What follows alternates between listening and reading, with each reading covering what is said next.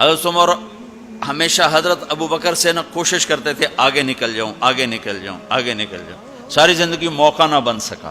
تبوک کا موقع آیا تو اللہ کے نبی نے کہا مال خرچ کرو، تو عمر کہنے لگے آج میں ابو بکر کو کاٹ سکتا ہوں، آج میں اس سے آگے نکل سکتا ہوں کہ وہ آج کل غریب ہے، میں مالدار ہوں، تو وہ تھوڑا لائے گا میں زیادہ لاؤں گا تو میں بڑھ جاؤں گا۔ لہٰذا انہوں نے اپنے مال کا آدھا حصہ آدھا گھر میں رکھا اور آدھا لے کر آئے۔ ابو بکر نے جھاڑو پھیر دیا، جو کچھ تھا وہ سارا سمیٹ کے لے آئے۔ جب دونوں پراپرٹی سامنے رکھی گئیں تو حضرت عمر کی بہت زیادہ نظر آ رہی، ابو بکر کی بہت تھوڑی نظر آ رہی، لہذا حضرت عمر بڑے اطمینان میں کھڑے کہ آج جیت خطاب کے بیٹے کی ہے۔ میں قربان جاؤں، اللہ رسول تو جانتے ہیں کہ کون کیا کر کے آیا ہے، تو میرے نبی نے سوال ہی بدل دیا، جو اس موقع کا سوال ہی نہیں۔ میرے نبی نے پوچھنا یہ تھا ابو بکر کتنا لائے ہو، عمر کتنا لائے ہو، اور یہی اس موقع کا سوال ہے، لیکن اللہ رسول جانتے ہیں کہ کس کے مال میں وزن زیادہ ہے، تو میرے نبی نے سوال بدل دیا، فرمایا عمر ما خلفت، واہ واہ عمر پیچھے کیا چھوڑ کے آئے ہو؟ تو حضرت عمر تو وہیں دھڑم ہو گئے گا، با میں گیا،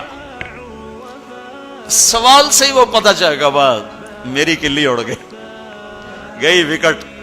عمر ما خلفت یا ما ترکت لأہلک، یہ دونوں الفاظ ہیں، پیچھے گھر والوں کے لیے کیا چھوڑا؟ تو پہلے حضرت عمر بڑے جوش میں کھڑے تھے، پھر ایک دم ڈھیلے ہو گئے، کہنے با جی آدھا چھوڑا ہے آدھا لایا۔ پھر آپ نے کہا ابا بکر ما خلفت یا ما ترکت لأہلک، ابو بکر تو پیچھے چھوڑ کے کیا آیا، بچوں کے لیے کیا چھوڑ کے آیا؟ تو انہوں نے کہا ترکت اللہ ورسول، میں تو اللہ اس کے رسول کو چھوڑ کے آیا ہوں، باقی سب کچھ لے آیا۔ تو اس پر عمر کہنے لگے ابو بکر میں نہیں تجھ سے آگے بڑھ سکتا، کوئی بھی تجھ سے آگے نہیں بڑھ سکتا۔ اور اگلی سنو،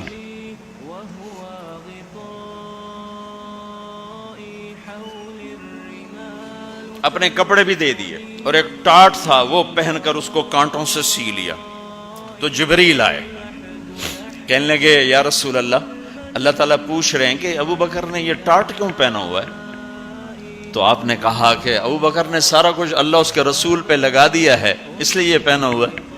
تو کہا یا رسول اللہ، اللہ تعالیٰ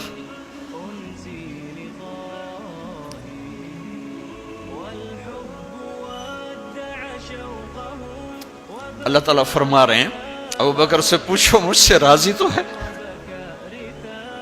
مجھ سے راضی تو ہے، اس فقر میں مجھ سے راضی ہے؟ میں تو اتنا سفر کر کے آیا ہوں، حالانکہ ابھی 4 دن پہلے میں 12 ملکوں کا 10 ملکوں کا سفر کر کے ہوں، ساری ہڈیوں میں درد ہے، میں اس لیے آیا ہوں کہ چلو کوئی بخشش کا بہانہ مل جائے، کوئی بخشش کا بہانہ مل جائے، اللہ راضی ہو جائے۔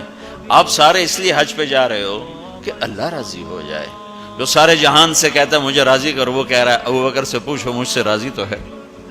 تو آپ نے کہا ابو بکر تیرا رب تجھے سلام بھی کہہ رہا ہے اور پوچھ رہا ہے کہ راضی ہو؟